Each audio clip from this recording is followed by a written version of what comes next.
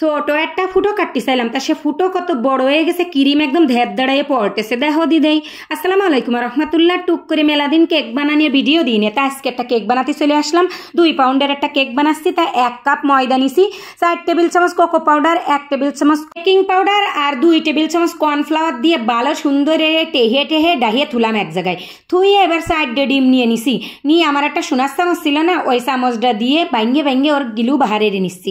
মানে ওই ডিমের মধ্যে যা আছে আর কি সব বাহারে ওই কাপের মধ্যে উঠোই থুসছি। মেলা কয়দিন ধরে ভাবতেছি একটা কেকের ভিডিও দেবো, সময় হয়তো মনে থাকে না, মনে থাকে তো সময় হয় না। এই রে আমার আর কোনো ভিডিও দিয়াই আসছে না। বড় বড় ভিডিও দিচ্ছি, রান্না বান্দার কাছে কত ব্যস্ত রয়েছি, তাইতে বলে সময় পাচ্ছি না। তা যে কথা কতিলাম, সেই ডিমির ওই যে গিলু বাহারে ওই কুসুম সাইডে আলাদা থুইয়ে বাটির মধ্যে সেই ডিমির ওই যে সাদা অংশ ছিল না, তাই খানিক সময় বিট করে নিছি।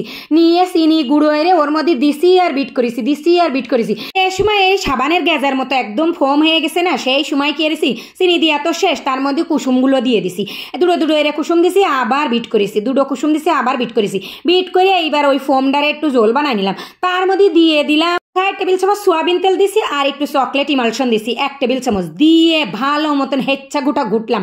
ঘুটিয়ে যে সময় সারা জায়গায় ওই কোকো পাউডার ওই চকলেট ইমালশন মিশে গেছে, এইবার ওই শুকনো উপকরণ করারে আইনে ভালো মতন ওই টুকিছি আর ওর মধ্যে দিছি আর ঘুটিছি।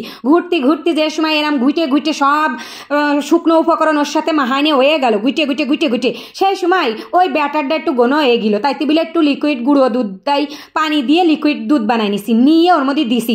দিয়ে তারপরে আর একটু জল বানায় মোল্ডের মধ্যে ঢাললাম। মোল্ড আমার একটু ছোট হয়ে গেছে মনে হয়, ওর জন্যই ওর মধ্যে কাগজ দিয়ে নিছি, নিয়ে ওভেনের মধ্যে ভরিয়ে দিয়ে একদম 160 ডিগ্রি টেম্পারেচারে দিয়ে 50 মিনিট দিয়েছি। আমার ওভেনে আবার একটু টাইম বেশি লাগে। তারপরে চলে আসলাম ওই যে ক্রিমটারে বিট করতে। 2 পাউন্ড কেকের জন্য আমি 1.5 কাপ ক্রিম নিছি, নিয়ে ভালো মতন বিট করে এইবার ওরে নর্মাল ফ্রিজে থুয়ে আইসি সেট হতি।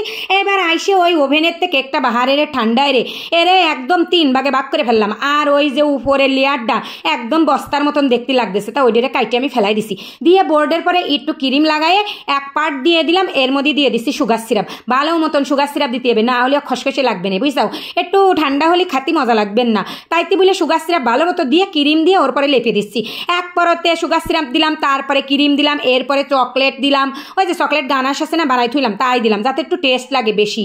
এই টেস্টের জন্য চকলেট গানাশ দিয়ে ভালো মতন লেপে দিয়ে তারপরে ওর উপর দিয়ে আর 1 পর্দা দিয়ে দেবো ওই কেক। 1 পর্দা কেক দেবো, চকলেট সিরাপ দেবো, তারপরে ক্রিম দেবো, আবার ওই কেক দেবো, এই একদম 1 পর্দা দেবো। আর ওই রামেরে ক্রিম মিরিম সব কিছু দিয়ে পুরো কেকটারে কভার করে ফেলবো। ফেলাইয়ে 20 মিনিটের জন্য থুয়ে দেবো ওরে ফ্রিজের মধ্যে। কারণ কি ওই 20 মিনিট একটু সেট হবে, হওয়ার পরে তারে ওরে ফাইনাল ডেকোরেশন দেবো। তা আমি 20 মিনিট থুতে যাইনি, আগেরতেই ঝপাত করে আইনে পাইপিং ব্যাগের ফুটো ডাকাইটে ওর মধ্যে 1 খাবলা ক্রিম দিছি। কিন্তু এতদিন ধরে কেক বানাচ্ছি, তা সে পাইপিং ব্যাগের ফুটো বড় বানাই ফেলাইছি।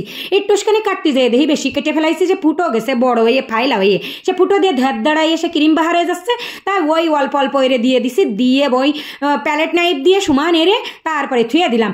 এরপরে কেকের ওই 4 সাইড দিয়ে চামচ দিয়ে গানাশ দিয়ে দিচ্ছি, যাতে ওই গানাশটা ঝুলে পড়ে দেখতে ভালো দেখা যায়। ও মাথা কেকটারে না আমি ওই ফুল ক্রিম কোট করে একটু ডিপের মধ্যে থুইলাম। তা ডিপের আবার একটু বরফ পড়েছে ওর গায়ে, তা দেখো সে বরফ আবার গলে যায়। গানাশ দিচ্ছে, তা গানাশ একদম ছড়াই ছিটে সারা গায়ে মেয়ে যাচ্ছে, মনে হচ্ছে হাই গেম হইতে ছড়াইছে। তা আমি এখানে কি আর বকাও, কেক তো একটু পরেই নিতে আসবে না, এটা ছিল অর্ডারি কেক, 2 পাউন্ডের একটা অর্ডারি কেক। তা যা হয়েছে ওইরাম ডেকোরেশন করে আমি ফ্রিজের মধ্যে ভরিয়ে দেবো। এরপরে তো আমার আর করার কিছু নেই, করার কিছু থাকলে আর করে দিতাম, এখানে করার তো কিছু নেই। ওই যে বরফ পড়ে গেছে, এখন বরফ গলে এই অবস্থা হয়েছে, আমি এখন কি করতে পারি। তারপরে ওরে ডক করে সেই ফুল দিয়ে ডিজাইন করে দিচ্ছি। ফুল দিয়ে 2 পাশে ডিজাইন করার পরে একটু ওই দড়ি দিয়ে দিলাম। আবার কয়টা সুগার বল আছে না, ওই যে সোনালি কালারের সুগার বল, ওই সাদা ফুলের পরে দিলি না ফাইন লাগে দেখতে। তা ঝিরিমিরি করে সব সারা গায়ে দিয়ে দিলাম। দেওয়ার পরে ফাইনাল লুকটা কিন্তু এরম হয়েছে। এরপরে হ্যাপি বার্থডে লিখতে হবে। তা তোমাকে সামনে লিখতে পারবো না, কারণ আমার লেখাপড়া অত জুত না। আমি এখনো পর্যন্ত এই কেকের উপরে লিখতে পারি না, আমার হাত কাঁপে, গা কাঁপে, কনে যায় কি হয় এই ভয়তে না আমি ভালো লিখতে পারি না। তাও কষ্ট করে 20টা করে লিখেই ফেলালাম, কারণ জন্মদিনের কেক না লিখলে তো হবেই না, কও।